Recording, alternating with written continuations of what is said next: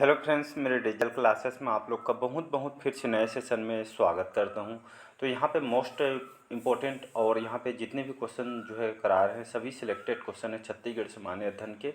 यहाँ पे पूरा जो है उन्हीं क्वेश्चन को कवर कराया जा रहा है जो अपकमिंग 2024 को जो भी एग्ज़ाम है, जैसे आप यहाँ में छात्रावास अधीक्षक, प्रयोगशाला, छत्तीसगढ़ पुलिस हो गया, CGPSC प्री मेंस, शिक्षक कर्मी भर्ती हो, इन सभी एग्ज़ाम के लिए काम आएगा। ठीक है जी, यहाँ पे से सभी क्वेश्चन आपके सिलेक्टेड है 2024 के जो भी एग्ज़ाम्स आप दिलाने वाले हैं, तो सभी एग्ज़ाम के लिए इम्पोर्टेंट, क्योंकि जैसे आपके चुनाव भर्ती ख़त्म होती है, चुनाव यहाँ उसके बाद आपका जो भी फॉर्म डले फॉर्म सभी का एग्ज़ाम आपका जो है मान के चलिएगा जुलाई से स्टार्ट हो जाएगा। ठीक है, इसी तरह आपका जो है एग्ज़ाम के तैयारी में कर रहे होंगे कोई भी एग्ज़ाम का, तो बढ़िया तरीके से तैयारी करते रहिए। यही वो साल है जो आप सिलेक्शन ले सकते हैं। चलिए यहाँ पे जो है स्टार्ट करते हैं सेशन का। आज का पहला क्वेश्चन देखते हैं। पहला क्वेश्चन है, राजा जो केशव देव जो है, इन्होंने रायपुर में किस सन में शासक थे। ठीक है, तो राजा केशव देव एक जो है रायपुर के कलचुरी यूँ के लहुरी शाखा के अंतर्गत एक शासक थे राजा केशव देव। तो इन्होंने रायपुर में कौन से सन में शासक थे? 1438 में, 1420 में, 1478 में या 1498 में। तो इसका जो करेक्ट आंसर हो जाएगा बी ऑप्शन 1420 या 14वीं शताब्दी में। ठीक है जी, तो यहाँ पे जो है जो केशव देव थे रायपुर कलचुरी शाखा वंश के एक जो है प्रारंभ करता है। ठीक है, यहाँ पे लिख देता हूँ, ये आपका प्रारंभ करता भी क्वेश्चन कहीं से भी उठा सकता है। ये नहीं कि आप कौन से सन में या आपके जो रायपुर में किस सन में शासक थे, ऐसा नहीं। मतलब एक क्वेश्चन से कई क्वेश्चन आपसे पूछ सकता है। ठीक है, आपके एग्जाम में आया हुआ है कि जो है रायपुर नगर की स्थापना किसने की है। ठीक है, तो ये आपके एग्जाम में भी आया हुआ है, लेकिन जो है CGPSC के अनुसार जो है रायपुर कलचुरी वंश के संस्थापक के रूप में जो है रामचंद्र को लिया गया है। ठीक है, लेकिन जो बुक में आप में पढ़ेंगे तो केशव देव दिया गया है। ठीक है, तो जो आंसर आपका आयोग लिए है वही आंसर आपको भी लेना पड़ेगा। ठीक है, तो रामचंद्र जो है आंसर लिया गया है। ठीक है, रायपुर कलचुरी वंश के संस्थापक के रूप में रामचंद्र देव के रूप में लिया है। इन्होंने रायपुर नगर की भी स्थापना ब्रह्मदेव के नाम पे इन्होंने की है। ठीक है जी, अगर यह मैं बात करूँ केशव देव रायपुर कलचुरी वंश के प्रारंभ है बुक में ना। ठीक है जी, रायपुर के लहुरी शाखा के संस्थापक माने जाते हैं और आयोग ने रामचंद्र को संस्थापक के रूप में लिया गया है। राजधानी खल्लारी थी। ठीक है जी, खल्लारी इनकी राजधानी है। तो इसका बी ऑप्शन यहाँ पे करेक्ट आंसर हो जाएगा। इस वंश के जो है अमर सिंह रायपुर लहुरी शाखा के अंतिम राजा हैं। ठीक है जी, याद रखिएगा। चलिए नेक्स्ट क्वेश्चन देखते हैं। यहाँ पे रतनपुर के शासक जो थे रत्नदेव, उनके पुत्र का नाम क्या था?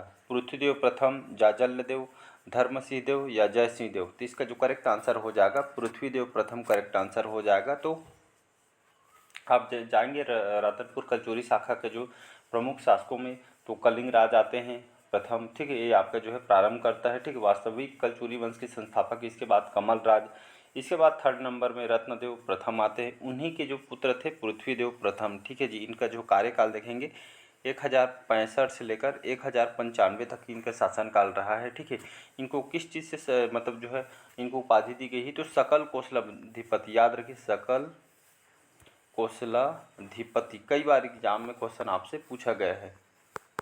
सकल कौशलाधिपति को उपाधि इनको जो है दी गई है और इनको प्रचंड कौशलाधिपति की उपाधि इनको दी गई है।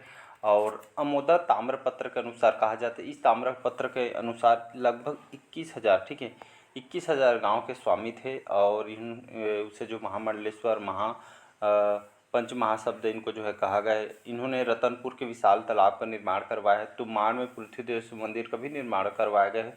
इन्होंने जो है बहुत सारे काम भी करवाए हैं। ठीक है जी, इसको याद रखिएगा। मेनका दरवाज़ा, सिंह द्वारा हुंकारा, ये सभी जो है काम इन्होंने करवाया है। तो इसका ए ऑप्शन करेक्ट आंसर हो जाएगा।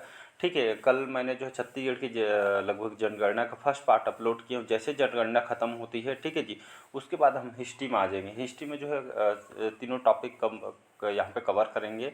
ठीक है, मिडवल हिस्ट्री, एंशिएंट हिस्ट्री और जो है आधुनिक हिस्ट्री। ठीक है, तीनों हिस्ट्री यहाँ पे कंप्लीट पढ़ाया जाएगा। ठीक है जी, इसमें पूरा डिटेल के साथ मैं आप लोग को पढ़ाऊँ।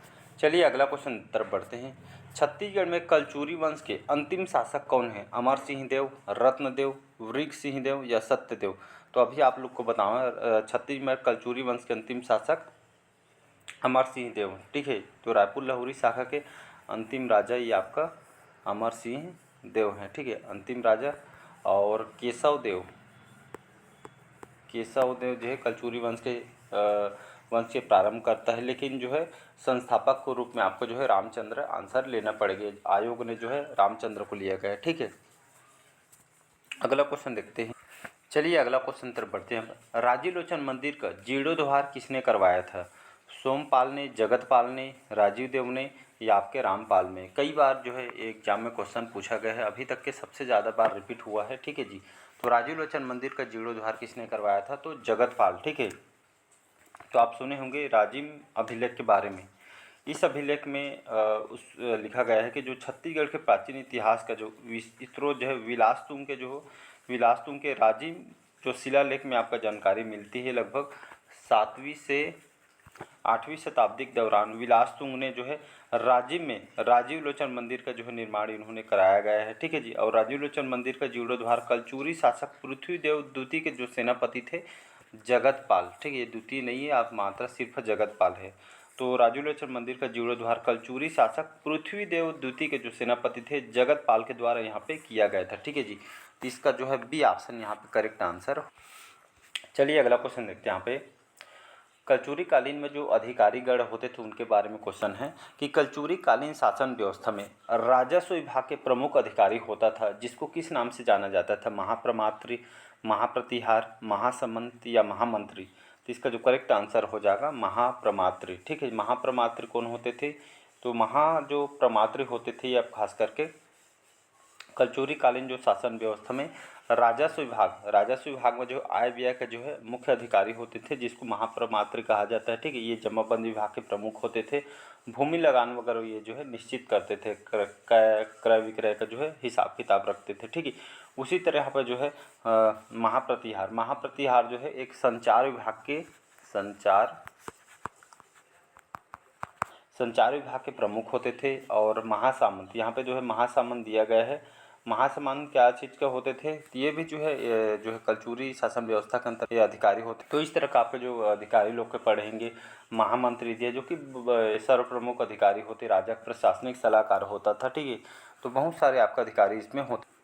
चलिए अगला क्वेश्चन देखते हैं। कलचुरी कालीन शासन व्यवस्था में विदेश विभाग के मुख्य अधिकारी होते थे महाप्रमात्री, महाप्रतिहार, महासामंत या आपका जो संधि विग्रहक? तो इसका जो करेक्ट आंसर हो जाएगा, यहाँ पे बोला जा रहा है कि जो है कलचुरी शासन व्यवस्था के अंदर विदेश विभाग के मुख्य अधिकारी ये आपके होते। तो इसको जो है कलचुरी शासन जो है व्यवस्था के अंतर्गत ये महासंधि विग्रहक अधिकारी होते थे, जो खास करके जो है विदेश विभाग के मुख्य अधिकारी होते थे, ठीक है। जो वहाँ पर जो व्यापार करते थे उसका देख रेख जो है जो विदेशों से आय व्यय हिसाब किताब यही होते थे, ठीक है। महासंधि विग्रहक बोलते हैं।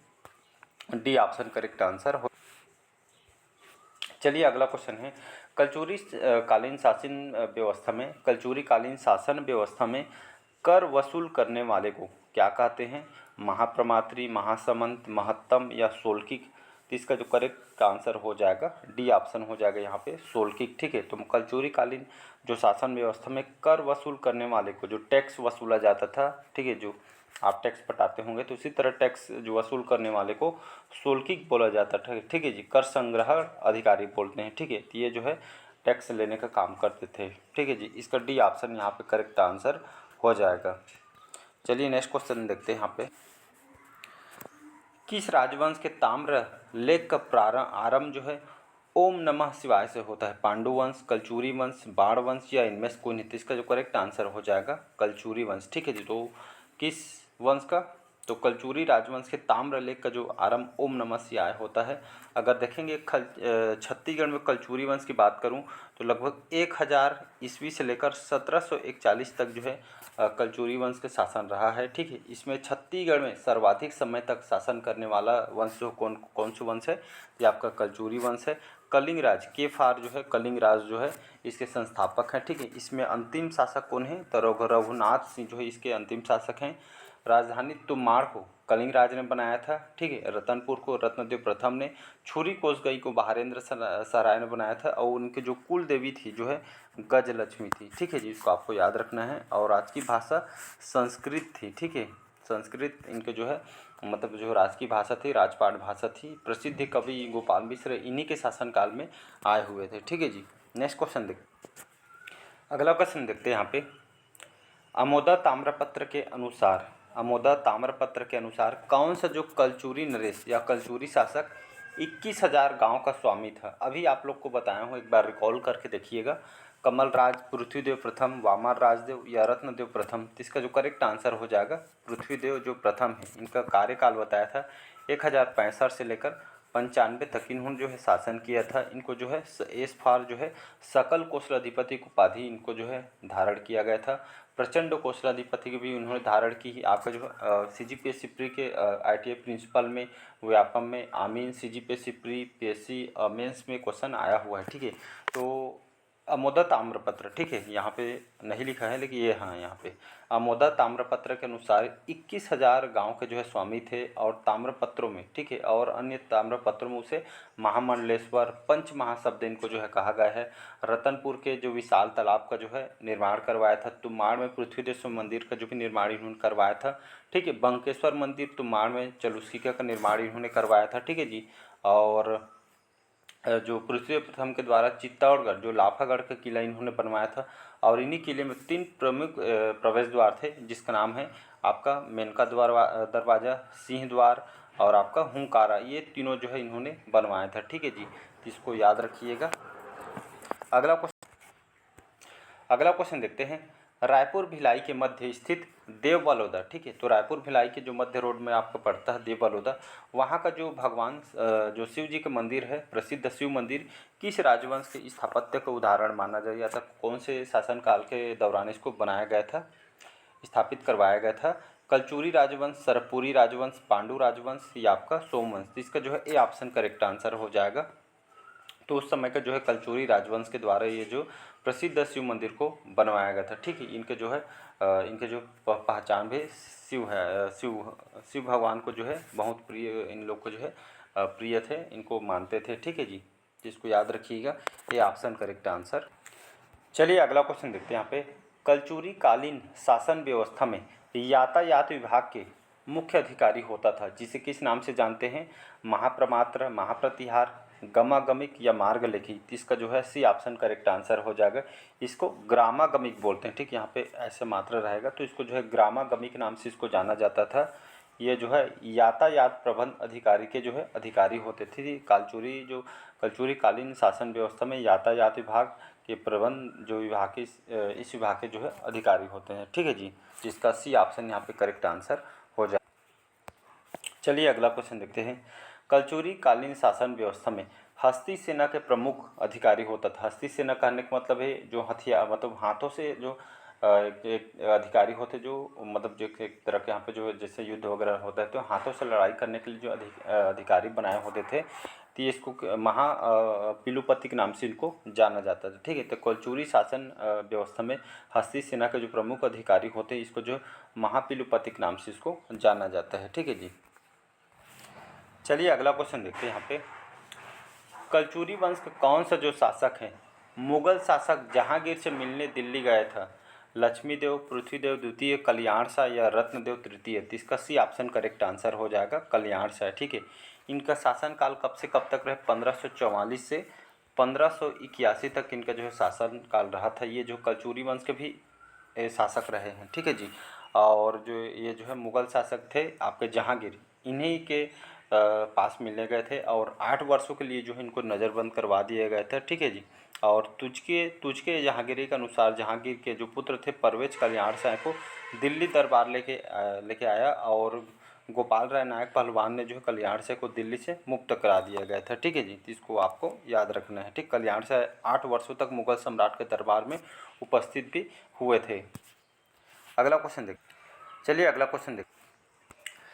कलचुरियों की प्रशासनिक व्यवस्था में अमात्य मंडल में कुल कितने मंत्री सम्मिलित थे? 6 मंत्री, 7 मंत्री, 8 मंत्री या 9 मंत्री? तो इसका सी ऑप्शन करेक्ट आंसर हो जाएगा। ये आपका जो PSC में एक बार आया हुआ है। ठीक है जी। तो कलचुरियों की प्रशासनिक व्यवस्था में अमात्य मंडल में कुल कितने मंत्री सम्मिलित थे? तो इसमें जो है 8 मंत्री होते थे। ठीक है जी। और उसी तरह जो है जो प्रशासनिक इकाई में देखें मंडल में जो है महामंडलेश्वर या मांडलिक प्रमुख होते थे और ये प्रशासन की सबसे छोटी इकाई हुआ करती थी। और उसी तरह देखेंगे तो गढ़ व्यवस्था जिसमें प्रमुख दीवान होते थे। एक गढ़ में लगभग कितने गांव होते थे, तो लगभग मतलब एक गढ़ में जो है 84 गाँव का समूह होता था जिसमें 7 बरोहों को एक गढ़ बनता था। ठीक है, तो इसको भी याद रखें। 84 यहाँ पे गाँव होते थे। ग्राम में गाँवटिया जो है प्रमुख होते थे। प्रशासन की सबसे छोटी इकाई जो है ग्राम होती थी। ठीक है, प्रमुख ये आपके गाँवटिया होती थी।